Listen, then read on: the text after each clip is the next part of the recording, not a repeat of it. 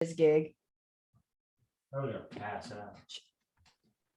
Welcome to Dorks on Sports podcast about four dorks talking about sports. My name is Daniel. Joining me, as always, is my dear friend and compatriot, Curtis Eastwood. Curtis, how are you doing over there? I'm doing great. Yeah. In this rainy Seattle spring weather. Yeah. It's not spring, really, weather-wise. It's more like winter. It's a wintry sort of. We got second winter. It's winter. It's winter. It's like, yeah. It's been a bit of a drag on people. I'm sympathetic, but I'm a lifelong Pacific Northwesterner for a reason. I don't mind. Yeah. Maybe the Mariners are in the same place. Like they're going to come out of this second winter too, and join us with some sunny weather, hopefully. Some good ball. Alana over there. How's life? It's been a bit. It's been a while since I've seen y'all. It's been a busy month. I had one of the more involved months at my work since I've been there. In good or bad? Good. We basically put together a lot of groups for marginalized folks. So single parents, queer folks, parents of teenagers. That was my whole focus for this month. And it was a good thing. So yeah. Nice. Good. I'm happy to hear it. Yeah. We got Millie over there. Hey, Rocking a Seattle Mariners background. it's true. I got my Mariners earrings. Nice. I got my shirt. Oh, We're ready. We're ready to go. going for it. Millie is ready to talk about some Mariners baseball. Sure. Millie, though, you went to some Kraken games right before they closed out the season. I did. How was that? I did. It's a lot of fun. And I have to say, we sat in various places. We traded around some tickets to sit various places because we did not, if you want to hear a rant, we did not love the seats that we randomly chose back, before the arena was even open. Because word to the wise, look for where it says press. Do not sit on the upper level on the side that says press, because when you look straight ahead, all you see is the back of a press box. Oh, You're at an angle, so looking down, you can see everything. But the press box blocks what they call the twins, which are the giant screens. So you can't see the twins. You can't see any of the playback. You can't see anything that's happening. There's some TV monitors, but there's also these bright white LED lights that they like to turn on that shine into your eyeballs. So when I say don't sit on the side that says press up really high in those last final rows, because you're a cheapie like me, it is worth it to upgrade yourself a little further down. Yeah. Otherwise, you might as well just watch it on TV. Yes, absolutely. And if you're on the other side of the arena, it's fine. But if you're on the side, well, mostly fine. But if you're on the side with the press boxes, No good. Climate Pledge Arena needs to get into because I don't think they have this. Like the Seahawks and the Mariners, you can kind of see they'll show a photo of what your seat view will look like what the angle of the field you'll get. Climate Pledge Arena needs to get there. They do have it, but it's very difficult to find, because when we wanted to get different seats, we were like, okay, I'm going to go find that thing. And when I was buying these seats, I tried to find it because that's how they sold the season tickets. And it's very difficult to find, and it's very hard to use. Like, it's not user friendly. And it's generalized. It's not the exact seat. It's a generalized seat from in that kind of larger section. Right. So that's annoying. I agree. They should do better. Do better. All right. Listen, Climate Pledge Arena, we've got a following of like 12 people. Our 12 listeners, half of whom don't live in Washington State. Really need to know about the seating at Climate Pledge. But that aside, I do find the Kraken games to be a good time. It's certainly all new.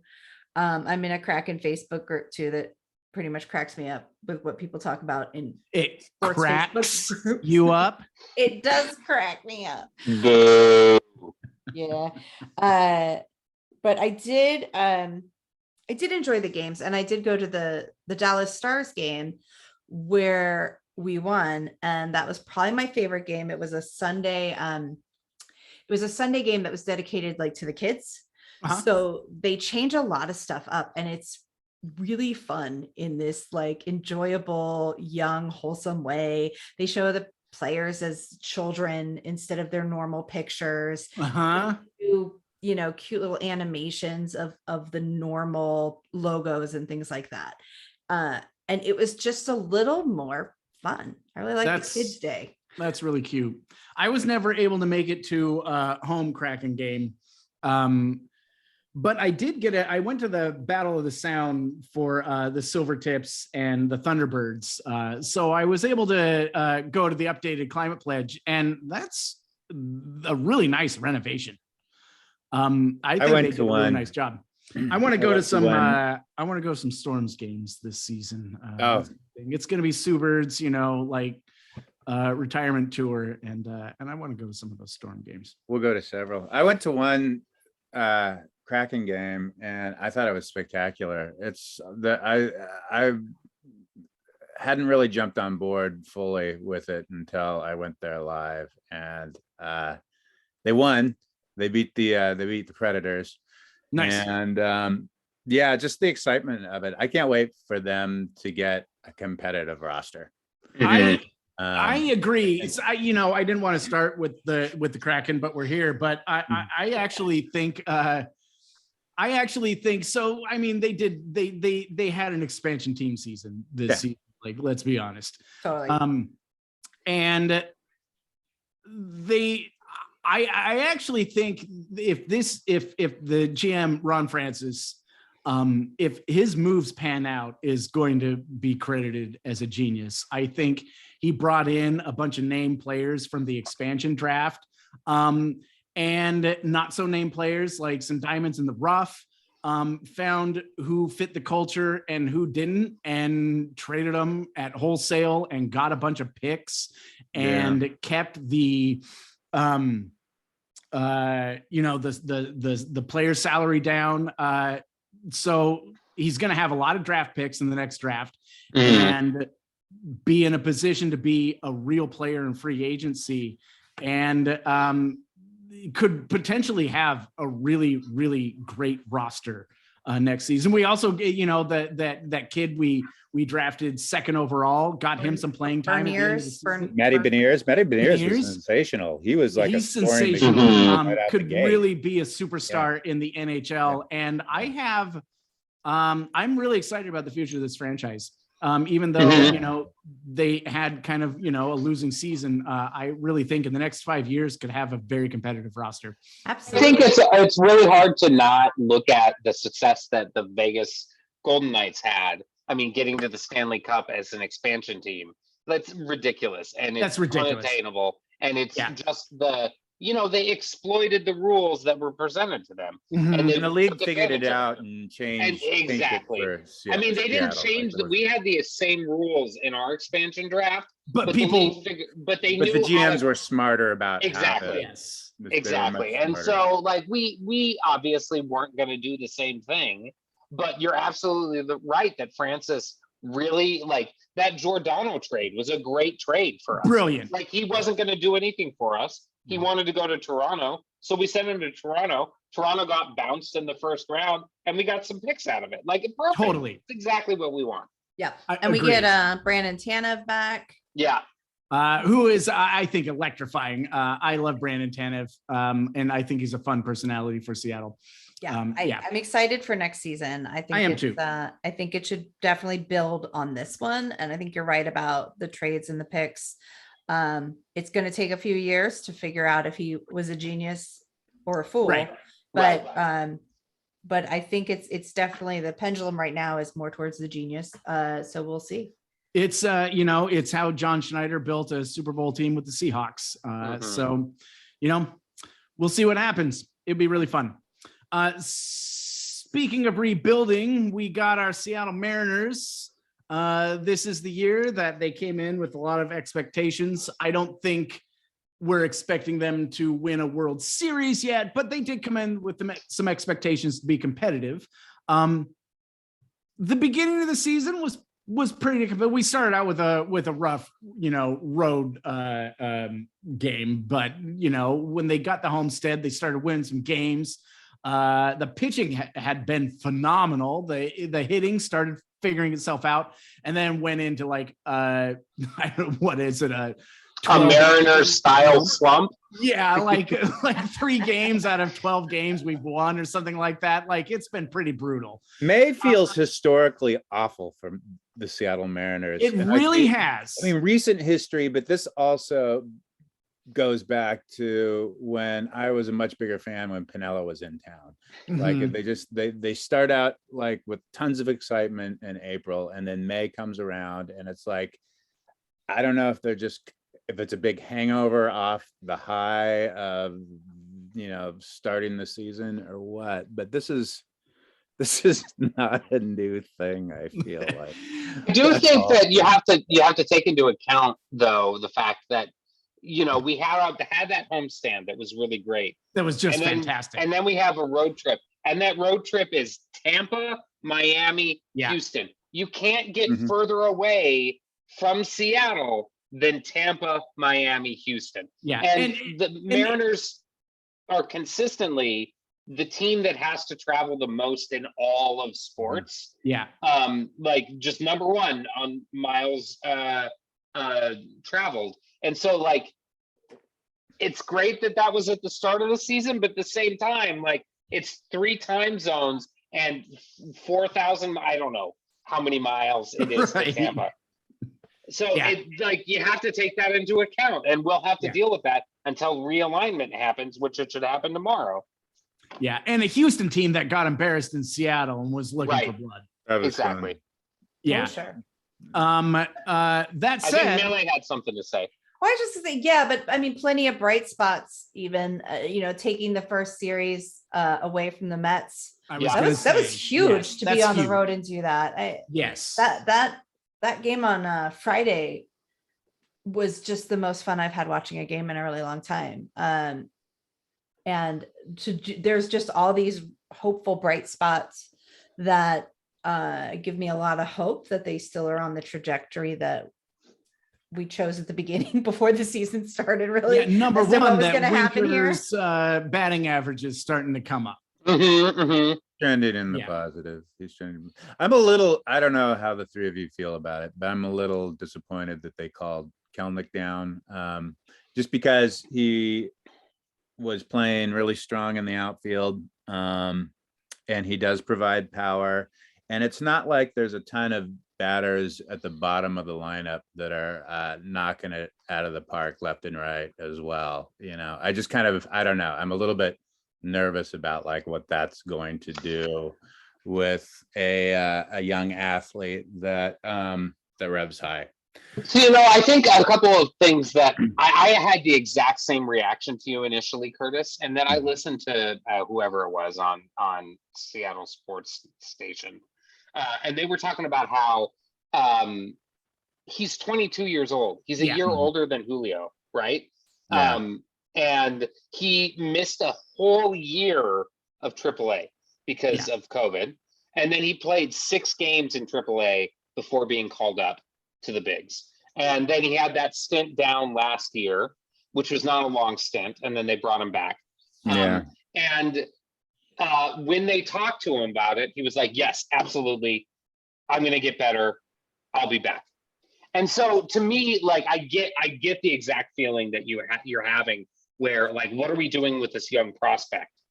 Do we understand what we're doing? He's not taking to the big leagues in the same way that Julio is, which, by the way, fucking Julio Rodriguez. Rodriguez. Like, amazing. Yes. But we have to treat every prospect as they need to be treated. And his response to this and reaction to it and where he was at, I think the more I've thought about it, that it's probably the right move.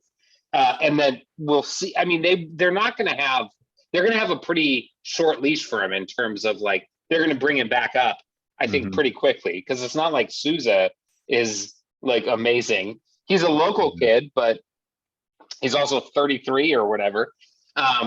So I do think that we'll see him back in the in the show in June, probably no later than June.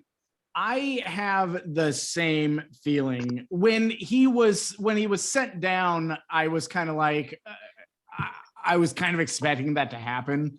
Unlike Winker, it didn't seem like he was trending upward. And it didn't seem like a slump anymore. I don't, and again, like, I think he's a really talented prospect. Like, I'm not willing to give up on the guy. I kind of expect he was going to be sent down. And I kind of feel like a lot of that is, let's get his confidence back. This is a place where he can work on his swing. Like, we can kind of develop him a little bit. He's going to be back by summertime. You know what I mean? Like, they're going to call him back up. We're not giving up on a prospect like that. And like you said, Alana, when I was kind of like, when I first, when he was getting sent back down, I was like, oh boy, like, this guy is going to be a bust, isn't he? And then again, I read he was 22 years old, and I was like, wow, this is a young guy. Like, this is no big deal. And he takes it so seriously when you compare him to Julio. I mean, Julio's out there dancing. Yeah. He's just got that big shit-eating grin all the time. Yeah. And Kalanick is like, it's batting time. Yeah, that's the thing that makes me nervous about him is just like, there's I would love to see some really good coaching, and just, Holmgren was always really great with this with the Seahawks. When somebody was really tightly wound, he just sort of, in a fatherly sort of way, just pull him aside and just like, you know what, I want you to learn how to smile. I want you to work on smiling. Yeah. Because I think I mean, I don't know. That's exactly what I'm having these conversations with them and stuff like that. But, I worry about, because I've, in our, backgrounds as theater actors and stuff, you get that, you're in that cast with that tightly wound castmate, and they're just not taking direction very well, and they're frustrated with the role, and you see their mind spinning, and you're just like, oh my God, dude. Well, somebody like that who almost quit. Huh? I had somebody like that who almost quit 2 days before we opened. Yeah, and I kind of wonder, I think, I mean, for all we know, maybe, part of, to segue into the whole Baker Mayfield thing in Cleveland, I mean, maybe he was just really tightly wound like that, and like organizationally, they're just kind of like going like, yeah, this guy, this isn't what we want at quarterback, sort of thing. And so I just wonder if Kelnick, if somebody just needs to go like, man, you gotta do yoga, do something, just well, and I feel like a lot of getting sent back to AAA is to find that fun again, right? To find that confidence, to find that fun. The pressure is off now. All you have to do is play. And hey, I'll buy some Rainier's tickets so I can see Kelenic play. Yeah, right. That said, so the Mariners are a couple games out from 500. That's not the worst thing in the world. And, halfway through May. And they have had players who have been playing pretty dang great. For my money, Ty France is the MVP of the season so far. His on base percentage is insane. He hits everything that comes his way. And JP Crawford as well, who has been doing everything he can on offense. But even though, Logan Gilbert had a bad game, last game, but man, he's been exciting to watch.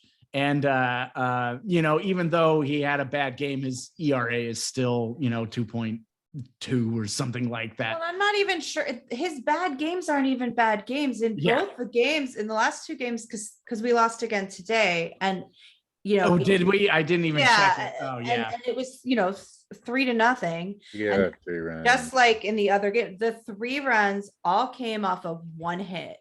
It's just one hit. It was a triple. and it was and drove in 3 runs. And in the other game, it was it actually a grand slam? It was a like- grand was. slam. Yeah, it was a grand slam, but that was the only scoring that happened. Yeah. So both of these losses that destroyed that record-breaking ERA came off of very small pieces. Yeah. And one of the things from today's game, I mean, he tied his record of, I think it's 9 strikeouts. It's Dang. he's playing great baseball. If we could have turned our bats on against Yeah. Blue Jays, these games are winnable. Mhm. Agreed. Their pitching was excellent, but our inability, which continues from years past, to drive in runs when we have runners in scoring position is abysmal. And Yeah. it seemed like we had maybe turned that corner at the beginning of the season when everything was firing on the right cylinders, and then the bats went cold. Yep. And I hope we're on an upswing, even though we just lost 2 games, but it's Toronto. I And think, we're missing some people from Right. COVID program. but also, And yeah.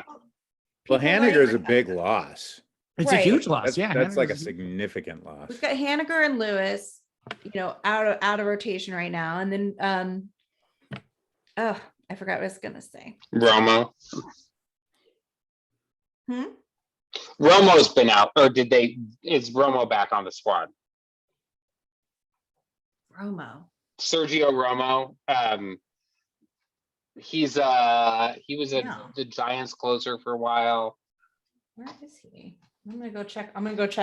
Okay. I know I was gonna say Winker, who was just not doing well and also could have been sent down, but everyone kept saying, oh, he's got the worst luck. But at some point, it's not luck anymore. Right. And then now he got a hit again today. So he's got nice. 9 games straight with a hit. That's kind of what I was hoping for Winker. Winker is the kind of batter who, if he has a slump like that, his average is gonna, it's gonna average out. So he's gonna start hitting a streak. The nice thing about Winker too was, for a while, he was leading the league in walks. He's a smart batter.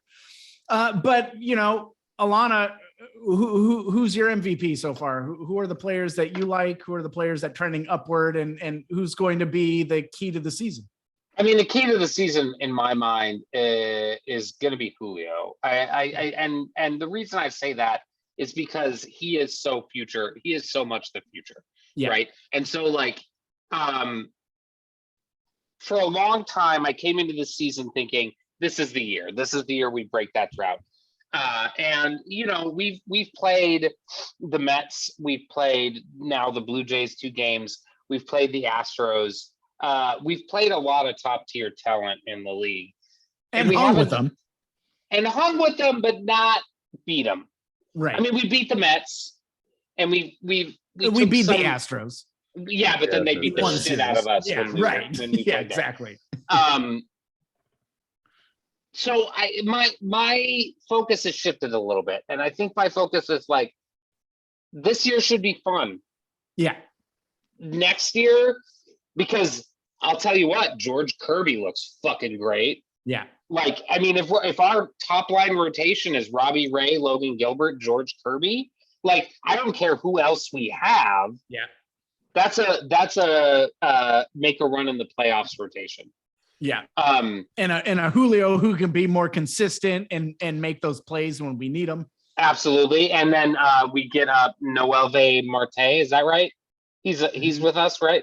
And he's supposed to be the next guy up. And JP and Ty France and Haniger and Winker, there's still opportunity this season. But when they said that we should be looking at 22, 23, or 23, sorry, I'm thinking football terms. Yeah. At 2023 as the target season, I can see why they said that. Totally. And I think they're right. If we don't break the curse this year or break the playoff drought this year, it's going to be next year, and I'm ready for it. I look forward to seeing some games this summer, hopefully with y'all Dorks. Oh man, yeah, we got to do that. The agree. MVP of the season, it's JP. It's JP. I love Ty France, but JP is the spirit, the heart, the soul of this team. I ride with JP. I love JP. I love what he's doing. I didn't expect that he would be the guy, and I love that he is. Ty France too. Actually, I didn't expect that Ty France was going to be hitting like he is. The trade for Austin Nola. I mean, we traded Austin Nola and got back Ty France, Luis Torrens, and God, what's his name? The really fast throwing reliever, the 103, 102 guy. Yeah, Munoz. Munoz. For Austin Nola, like that was a trade. Fucking genius. Yeah. No, the GM work has been on fire. Yeah, Millie, what are your thoughts? Well, I was gonna say, looking at some stats here, and I agree with you about JP. I think he's the one who keeps the fun going. If you ever sort of look over at the dugout, he's always the one who's rooting on everyone else. He's watching every pitch. He keeps everybody in the game. And while Ty France does have the best average right now, JP Crawford actually has the highest on base percentage. Oh, so nice. They've both got top stats, and they're not very far apart. Ty France is at 315 and JP's at 302.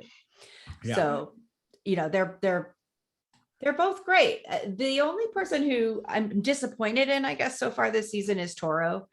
I really, really dug what he was doing at the end of last season. And so far this season, he's just not, he doesn't have that excitement yet. Yeah. Hopefully he'll get it, we'll see what happens, but I want to Toro, and I haven't gotten to do that. He is unbelievably attractive. It is criminal how attractive Abraham Toro is. We agree, Alana. We agree on that.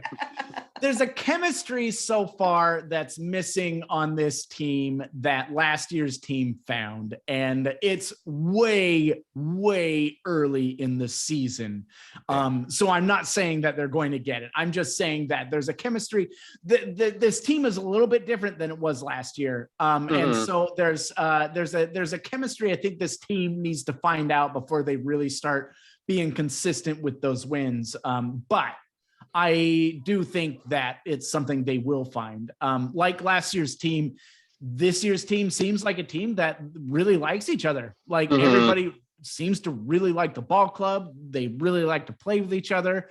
I think Scott Service is the kind of coach who coaches that in his team. I think he encourages that and inspires that. And I'm looking forward. I mean, it's so early in the season. I'm just looking forward to the rest of the season. I'm tempering my expectations. And like you said, Alana, this season, I just want to have fun. Yeah. Curtis, do you have anything to add? Not a lot. I mean, I would just say, I just remind the listeners that like baseball's a really long season. I didn't get too up in the clouds when they started off hot in April, and I'm not too down in the dumpsters with them being 5 games below 500 right now.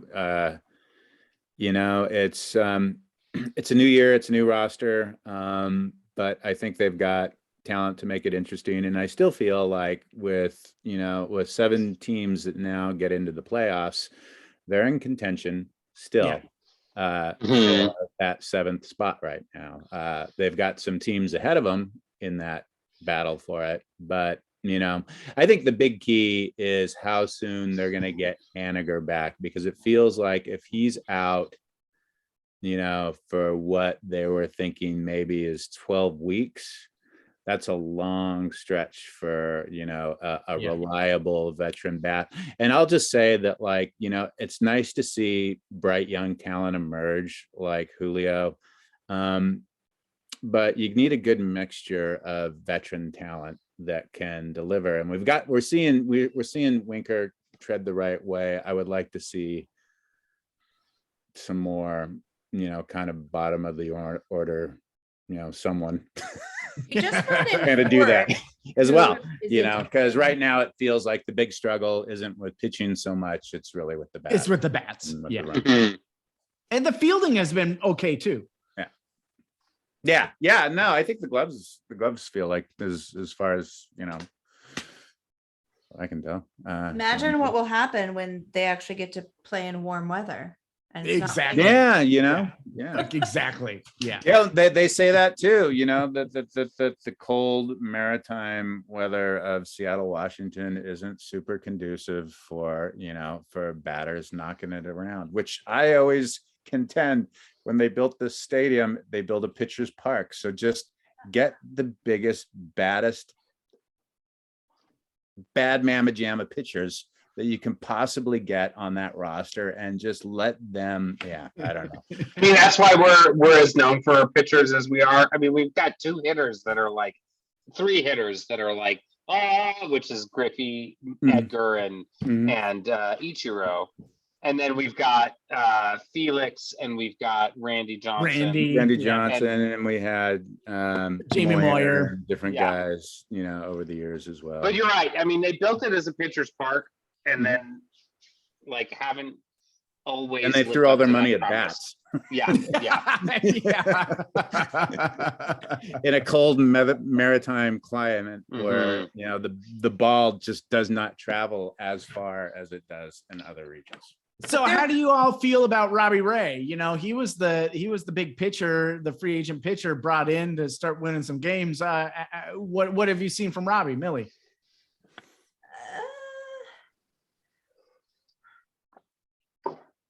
I haven't gotten to see him pitch that much. He's a little uneven, but I saw his last game, and he was hanging in there real nice. I'm sorry, it's just not all coming back to me real quickly here. So I don't think I have a strong enough opinion. It's okay. It's early in the season. Alana. I feel like he is a career achievement Cy Young winner. And that makes him like a steady, solid pitcher, but not somebody that is easy to get like excited about. Like he's not fucking Verlander, right? Right. He's just gonna go out there, give you a solid 6 or 7 innings, and then sit down. He doesn't have like hot stuff. I mean, he's 4-3. I know wins and losses mean nothing. He's got 50 strikeouts, so like that's solid. But like, he's pitching what I would expect. Yeah, this year. Yeah, I agree. I didn't think he was going to be the guy who put us over the top. I'm glad he's on our roster. I think for my money, Gilbert's upside is who I'm most excited about. Gilbert's the ace of this staff. Yeah. Yeah, absolutely. So there's been a lot going on in the NFL over the past month. We had an NFL draft, and then the schedule was released, and some free agent moving has been happening. One of the things that I think everybody has been expecting is that, after the Seahawks traded away their ace in the hole, Russell Wilson, that they were going to bring in a free agent quarterback or draft a young one to be his successor. And that hasn't happened. They are committed to rolling with Drew Lock and Geno Smith. And then the draft, they focused on the defense.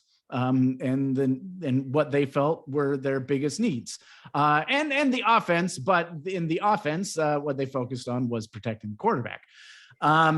So I wanted to talk first of all about a little bit about the draft and what you all thought. Curtis, give me your thoughts on how the Seahawks drafted this year.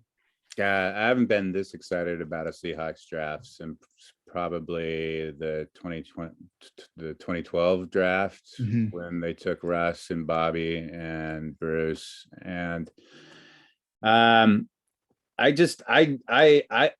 I give it a solid A, if not an A plus. I would have loved to have seen at some point them maybe target linebacker for the loss of Bobby.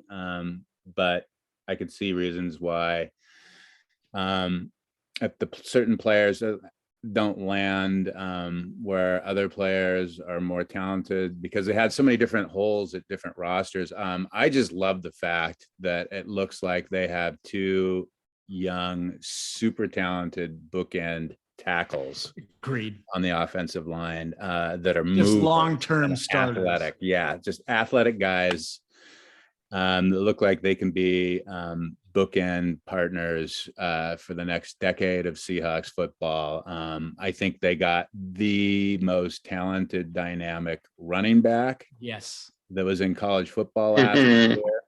I think they got a young pass rusher that has crazy athletic upside that if you pair him opposite of Daryl Taylor, they could have bookend edge rushers that could be, tops in the league in 2 or 3 years, depending upon how they develop. I actually think that they potentially, I believe that they landed out of 9 picks, 5 guys who are definitely going to be starters on this team, and maybe even a 6th guy, and the cornerback that they took a little bit later on in the 5th round, who ran a crazy 4.240 at 6'4", 200 and like, it's just he's a converted wide receiver, and that if that rings a bell to any Seahawk fans of yesteryear, that was Richard Sherman when he came out of Stanford, but a fast Richard Sherman. But He's yeah, a fast Richard Sherman. and he's bigger than Richard Sherman. Maybe not as savvy as a player right now, but we don't know. I mean, his upside is intensely, like, it's a big boomer bust sort of thing. Like, yeah. So I'm just really super stoked, and I'm really super excited that they didn't take a quarterback, because I am too. I don't think this was the year to do it. And I think if they would have spent a 2nd or a 3rd round pick on one of these guys, they would have spent a 2nd or a 3rd round pick on a guy that probably is not going to be the next franchise quarterback. A lot of people came out after the draft and started saying that if Drew Lock came into this draft, he would have been the first quarterback taken. Mm-hmm. So yeah, you can count Drew Lock as a part of the draft class if you want to. I mean, Denver counts Russell Wilson as a part of the draft class. And I think it's incredibly shrewd for Seattle to just give Lock every opportunity this year to prove that he has, that he can regain the 2019 version of himself when he was a rookie and he was tearing it up at the end of the season and he was looking super promising. And because a lot of people seem to think that he has the talent to be a top 15 quarterback in this league. He's just got to put it together mentally. So I'd like to see them just ride it out with him. And if it doesn't work out, they got 2 first round picks next year and a quarterback draft class that looks, tons better. So I think they're sort of running with, house money. Yeah.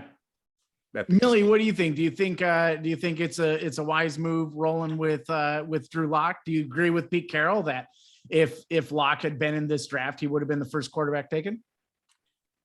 That's probably fair. I am just always hesitant about, drafting quarterbacks in general. Yeah. It's a huge risk. It's they rarely meet expectations, and then there's always these dark horse surprises, and you just don't know what you're going to get until you get them out there in a real NFL game.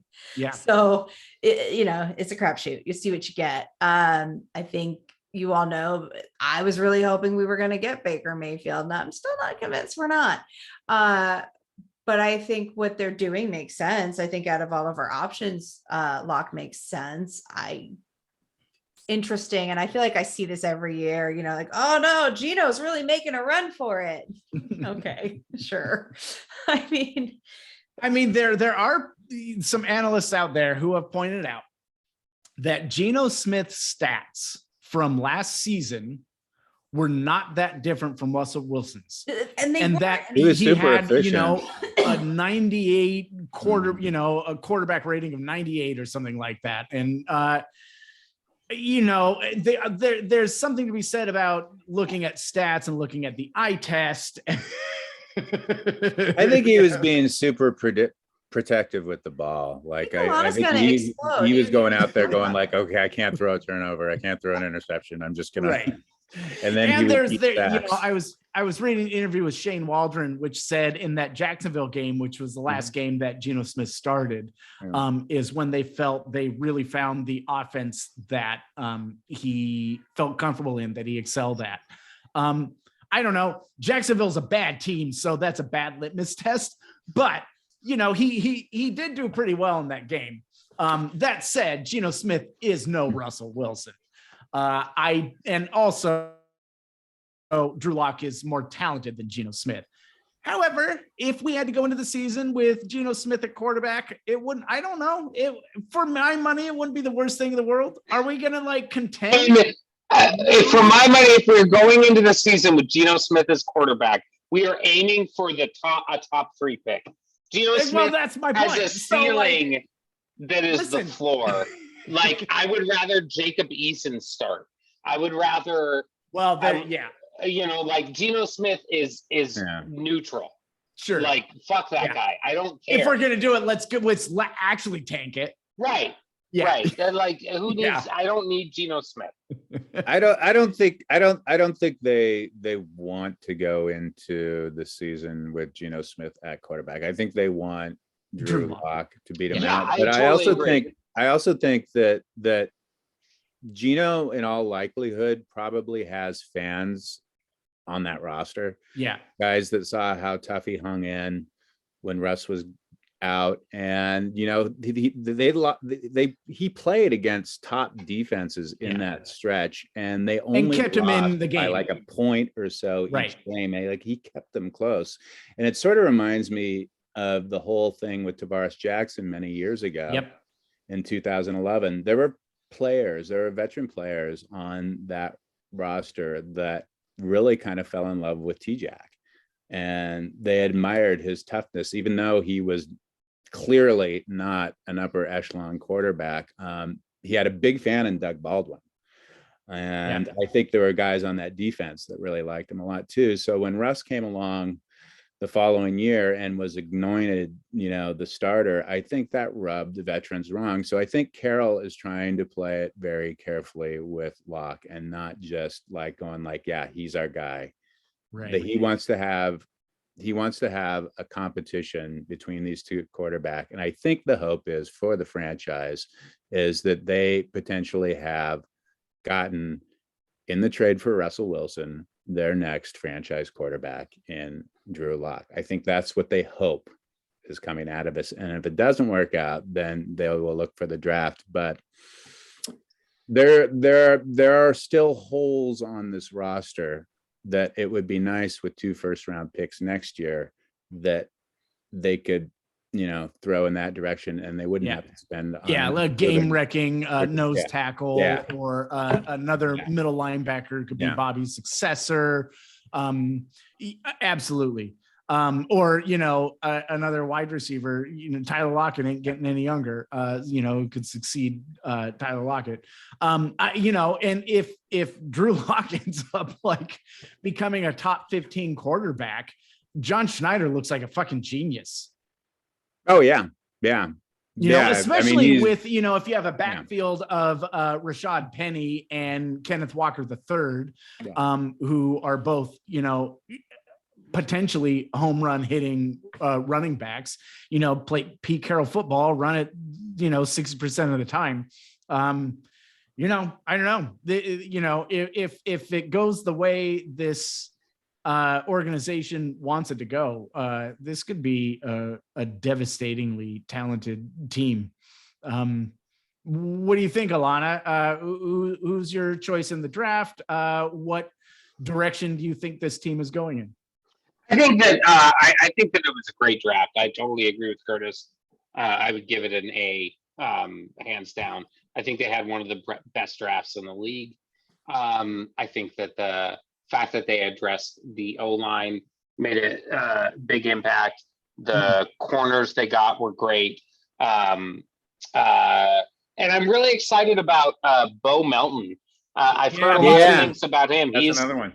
He has brought in this energy, and I think that he could. I mean, when you look at that third receiver slot, like it's either D. Eskridge or Penny Hart, or somebody I'm not remembering. Freddie Swain's Freddie Swain. Thank you. And I think he might have more talent than those folks.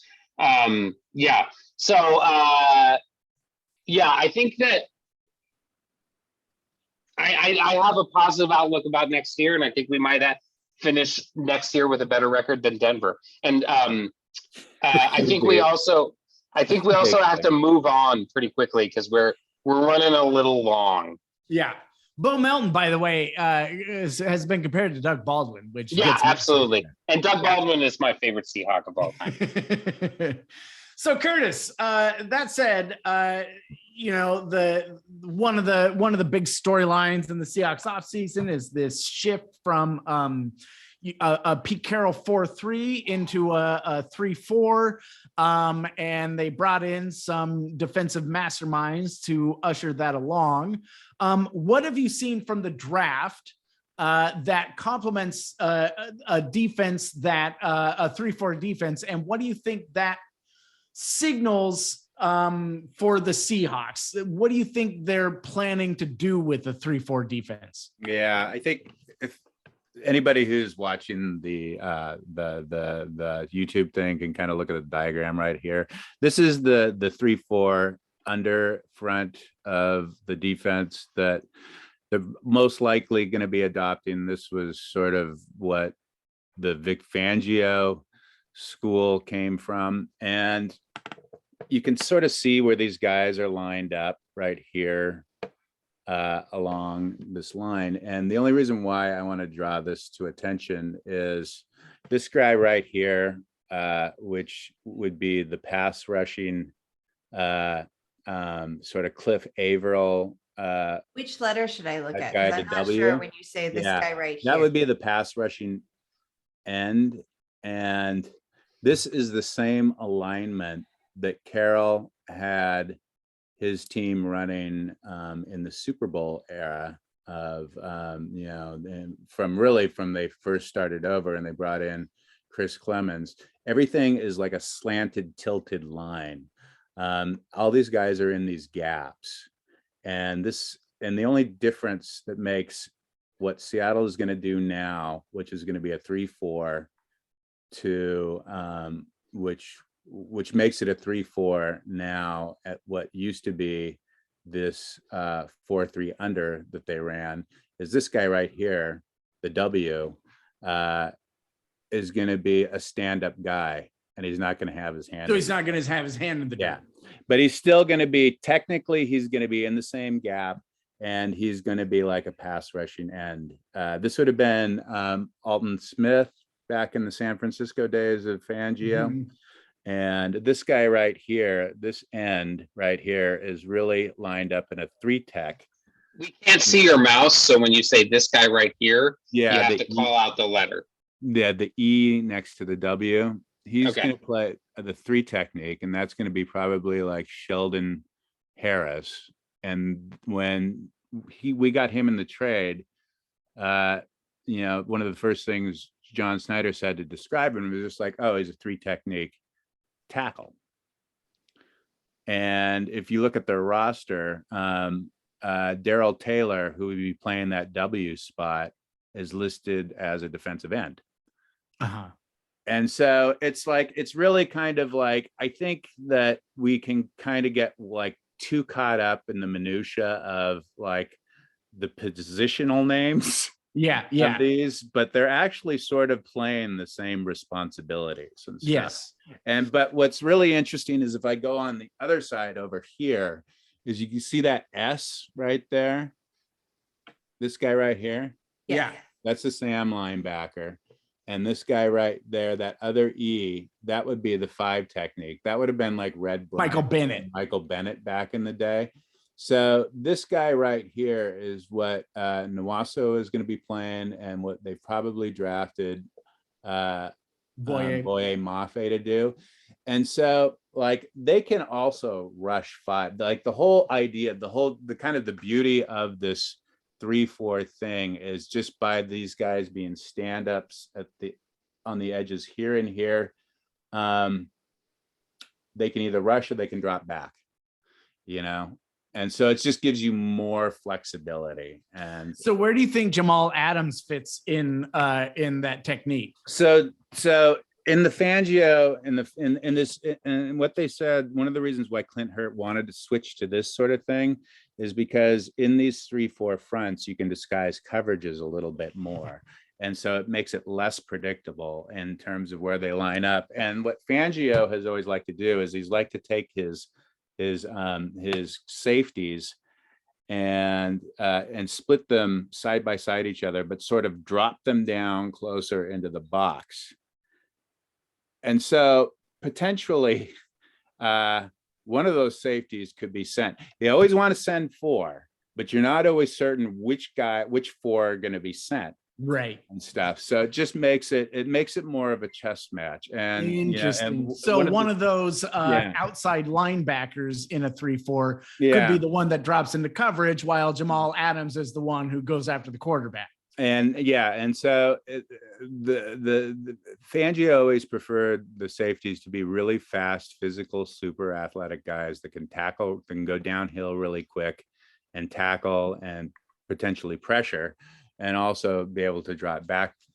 And so like with Quandre and a healthy Jamal Adams, I mean, Seattle has like almost like the ideal Fangio type of safeties. Interesting. And I actually think that what Jamal's probably going to do, you see the J right next to the side, that sort of represents what would be in the 4-3 would be the will linebacker, and he would be sort of that would have been KJ Wright back in the day. That would have been Jordan Brooks last year. But the other thing that I would want to say is that this whole tilted alignment is going to draw the attention of 2 blockers right here. This guard, this center is probably going to take on this nose tackle. This end is probably going to be blocked by 2 people right there. It's going to give a free pass. Ideally, how it works out is a free pass goes to the 3 technique, and the pass rushing defensive end, outside linebacker. But this guy right here, this J, can do whatever the fuck he wants to do.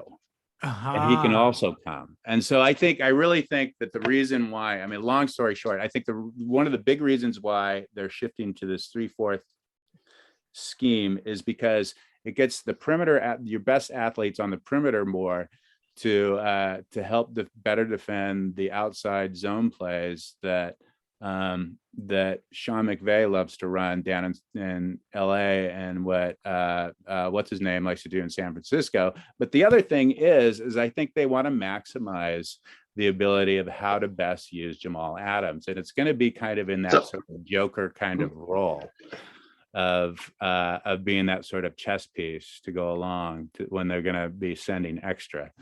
And one of the biggest advantageous things about going in as 3-4 is you can more easily disguise extra pressure than you can if you're just, if this guy's hand is in the dirt and you're just showing these 4 down linemen, then it becomes a much more predictable thing. Then the quarterback can see going like, oh, I see this guy's creeping up and it looks like he's going to blitz. And when you've got guys, it just gives more of a thing where a quarterback has to be able to like calculate and make a sharp decision.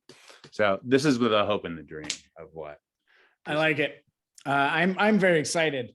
The one last thing I wanted to add, so the schedule was released. Russell Wilson and his new team, the Denver Broncos, will be coming to Seattle for the first game of the season, which I think that's kind of exciting. Whose house? Come on, let's do this. Let's do it. I just want to do a way too early prediction on how this game is going to go. I think that it's going to be a close game. I think the Seahawks might take this one, especially if Drew Lock can kind of be that game manager and, either Penny or Ken Walker the third or both of them turn into, a really good running back. I think this could be a fun game. The reason why I say this is because the staple of the Pete Carroll defense is to, take away the long passes and keep everything underneath.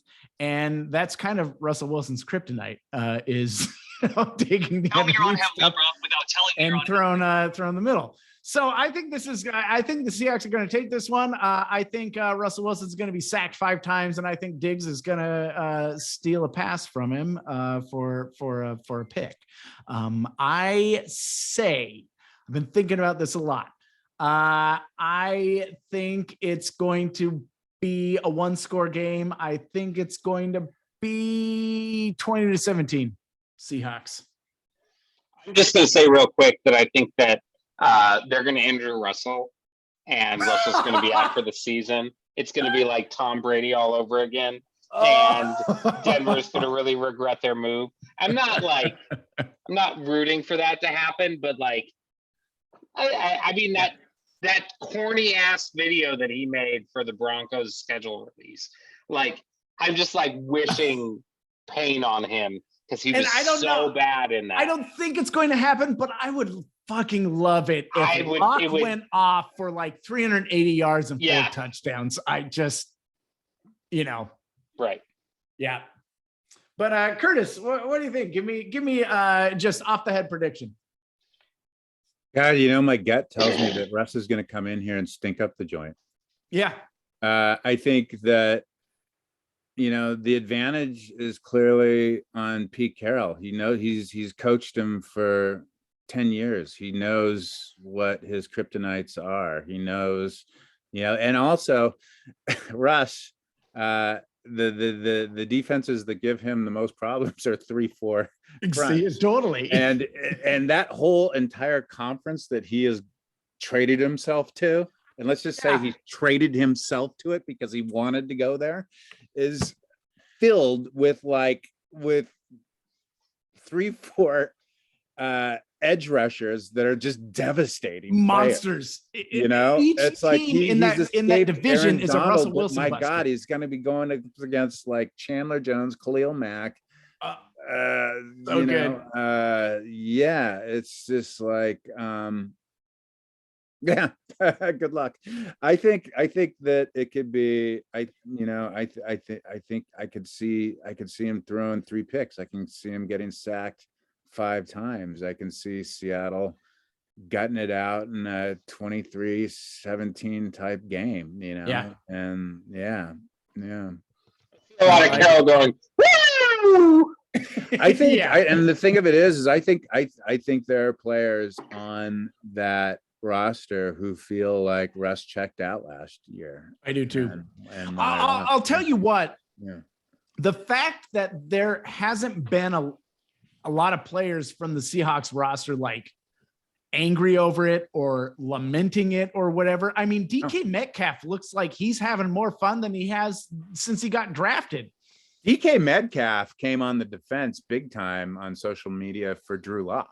Yeah. And backed it up in a podcast, the following week and stuff. So it was just he was just going just you wait.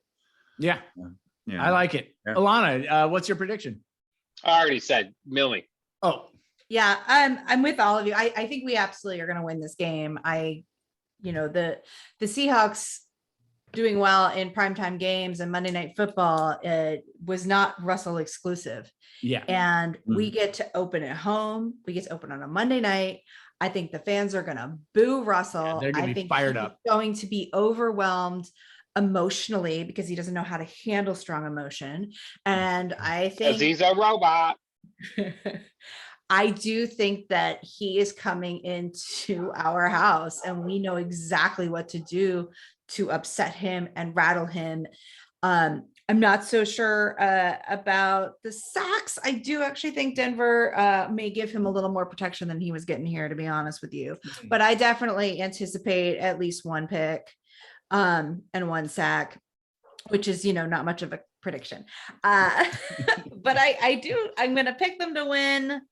I'm going to make it mean. I'm going to go 30-12. Wow. Whoa, beat down. Oh, That's I right. like that It's going to be prediction. down. Yeah, I like it. Yeah. Good. Let's move on to some dorking. All right. You know what I've been dorking out about? Hmm. Hulu. I've been dorking out on Hulu. The Hulu has a documentary series called Man in the Arena with Tom Brady. I've been dorking out on it. Mm. It's really good. First of all, I just have to out myself.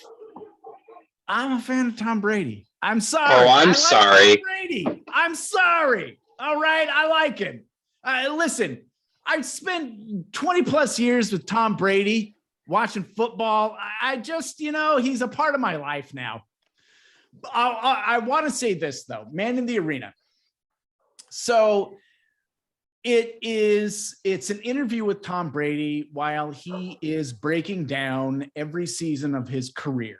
The highs and the lows, and talking about the people he played with and the wins that he's had and the losses.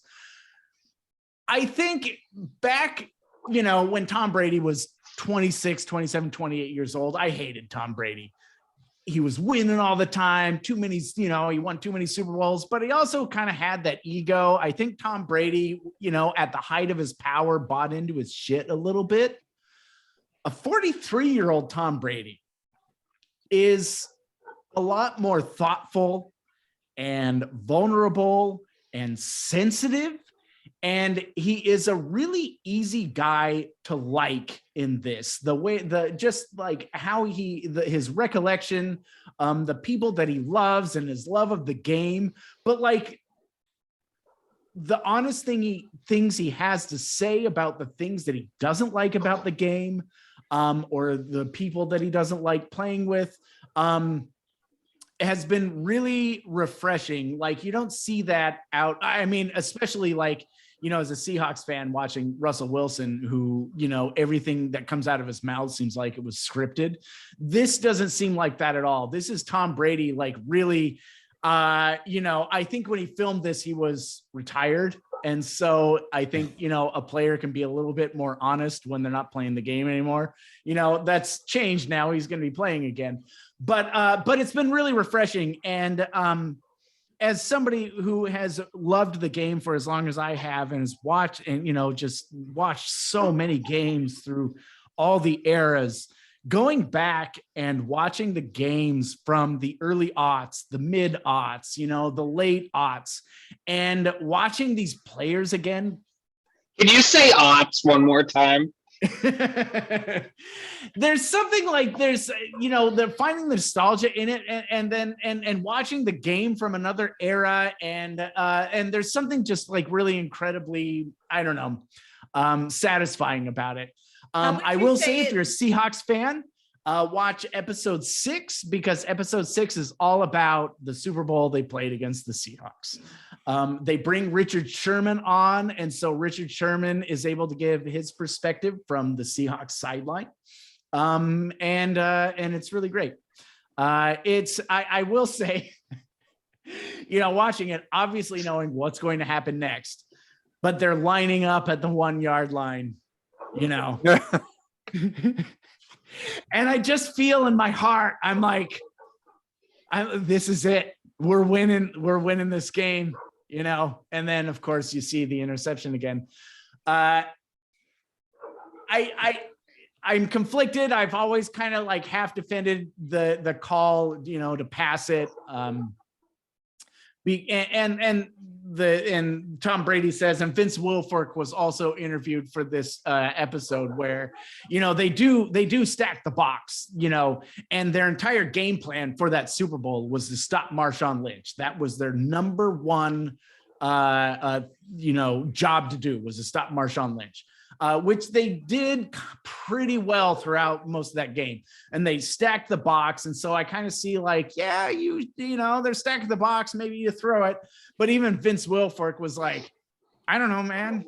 If I'm the coach, you give it to my best, football player, and that's Marshawn Lynch. That dude's he's not gonna go down. He's gonna win the game. kind of like, yeah, maybe he would. I don't know. But anyway, it's a great series, and even if you hate Tom Brady, I think you're going to find something to love in it. How does it compare to The Last Dance? What's that? Did you watch The Last Dance? I haven't seen The Last Dance yet, and I need to. Yeah, That should be Last next. Dance was pretty awesome. Yeah. I enjoyed that. I can't stand Michael Jordan, so I'm not going to watch The Last I Dance. am not a big Michael Jordan fan. That series is fascinating and interesting, and you certainly don't like him any more than you did No, you before you don't. started it, and Yeah. that's part of what's really good about it, I think. Yeah, it's great. It's great. I mean, even in this series, you know, it gets to Gronk. So they start interviewing Gronk, who's just a great personality, but in the things that he admits to and the troubles that he went through, it's all just really great from a human standpoint. The one other thing I wanted to geek out on is I'm a big Doctor Who fan. And the new Doctor Who was announced, and it's Ncuti Gatwa from Sex Education, who I fucking adore. He is charismatic and charming and electric, and he is everything you want in the Doctor, and I think he is just going to knock it out of the park. So congratulations to you, Ncuti Gatwa. You are going to be amazing. And they also cast a trans companion who is playing Rose, a character that is somewhat rebooted or connected to Billie Piper, played by Yasmin Finney, who was Elle on Heartstopper, which is like, big love for me.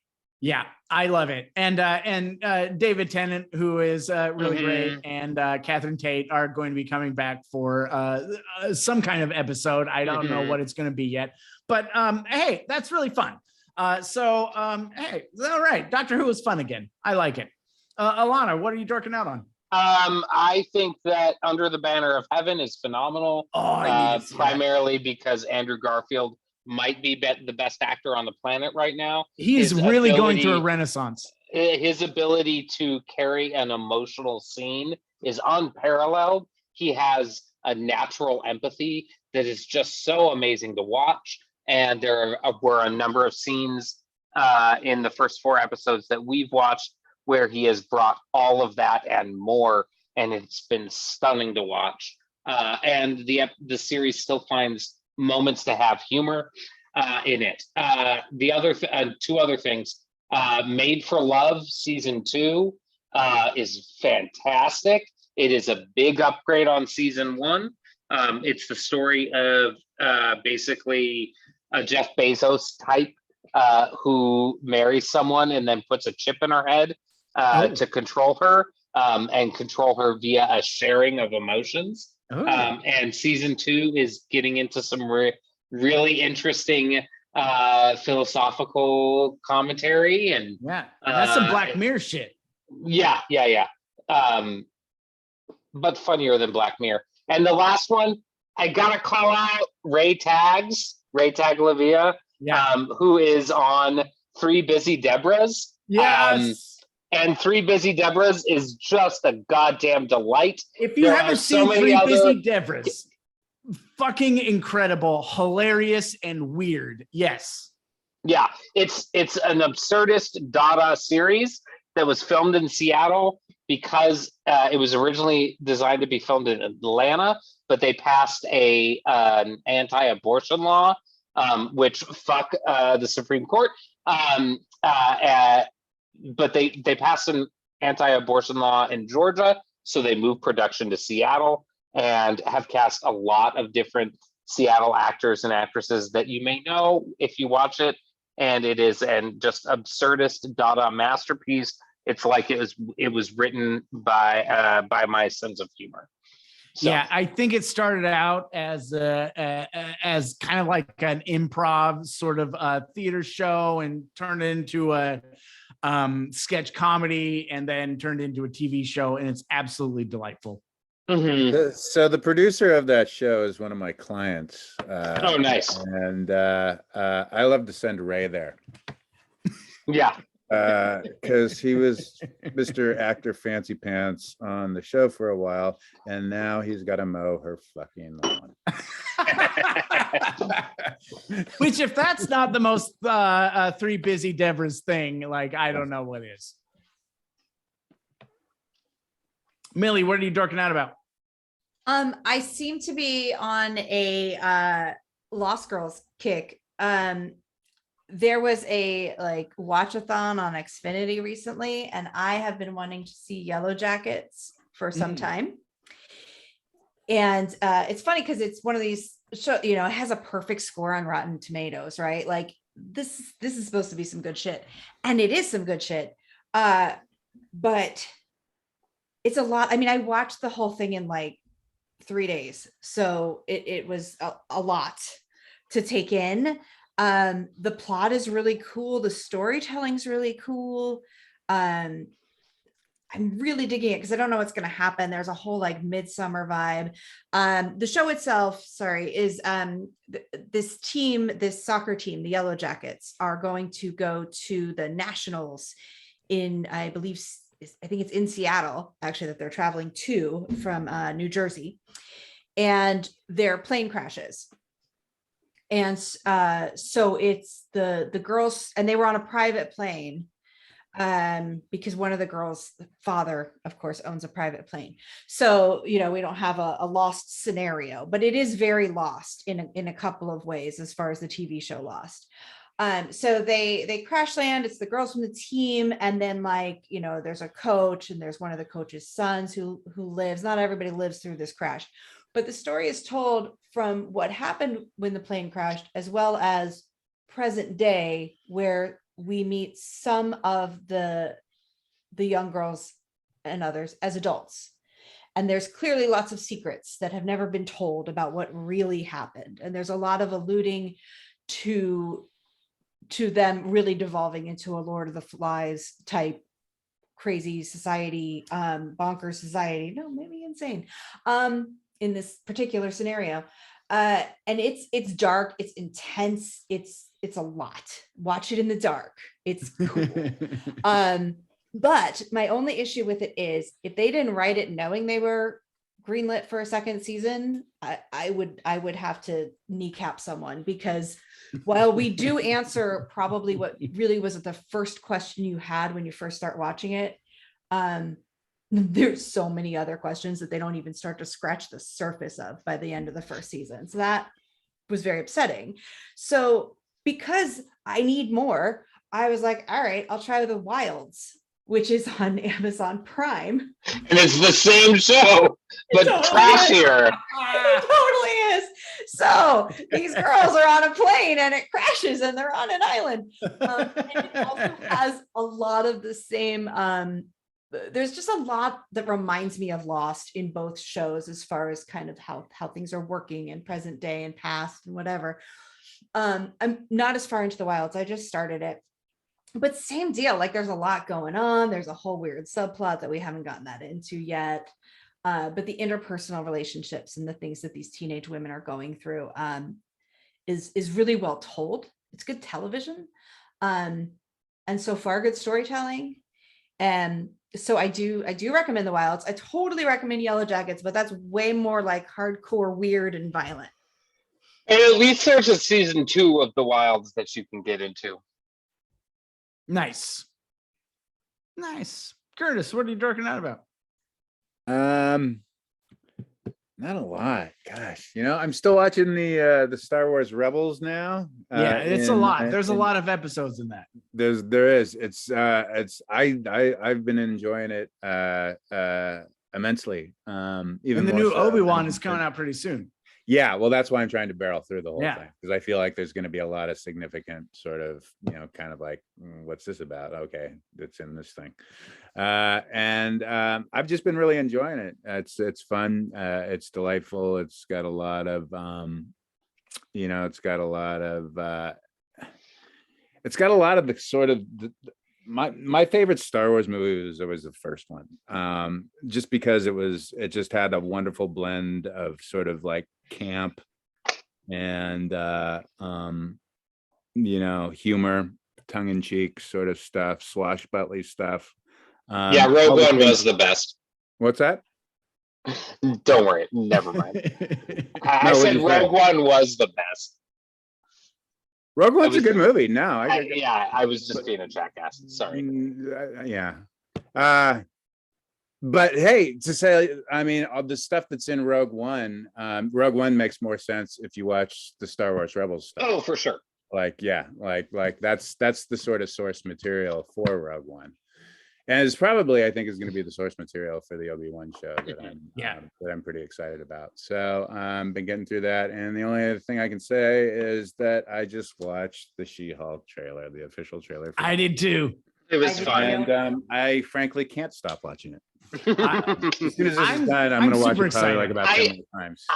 I am very excited about Ms. Marvel because that comes out next month. And I just want to say that like May was a very wild month for TV. There was a lot that came out, but June has like The Boys on June 3rd, Yes, season 3. I'm so in. Um, Jensen Ackles as Captain America. I don't know who that is, but yeah, sure. Like, I don't know who Jensen Ackles is. Then there is For All Mankind on June 10th, and that was the best TV series last year. And then I don't remember what date Ms. Marvel is, but it's around that time. And then at the end of the month, our show's favorite, Only Murders in the Building, is on June 28th. That's right. I just saw the teaser for that. I'm so excited. So we've got some, I mean, like there are some shows next month that we're gonna, I mean, and we could collectively talk about that as a part of our dorkings if we want to. I think we gotta. When is Ted Lasso gonna start dropping? I don't think Ted Lasso has a release date yet. Yeah, Yeah, I'm they've only looking it gone up right now. They're only going 3 seasons on that. This is the conclusion of it, right? We presume. Yeah. Yeah, lots of good Um, TV coming out. yeah. I watched the She-Hulk trailer, and it was everything I was kind of hoping it would be. Yeah. So I think it's going to be fun. All right. Hey, this has been really fun. You know, it's been a while chatting with y'all. You should go see Curtis's blog at 12life.com. Once again, my name is Daniel for Alana Millie Curtis. The rest of the 12s saying goodbye. Go Hawks. Oh, Hawks. Go Hawks. Go Hacks.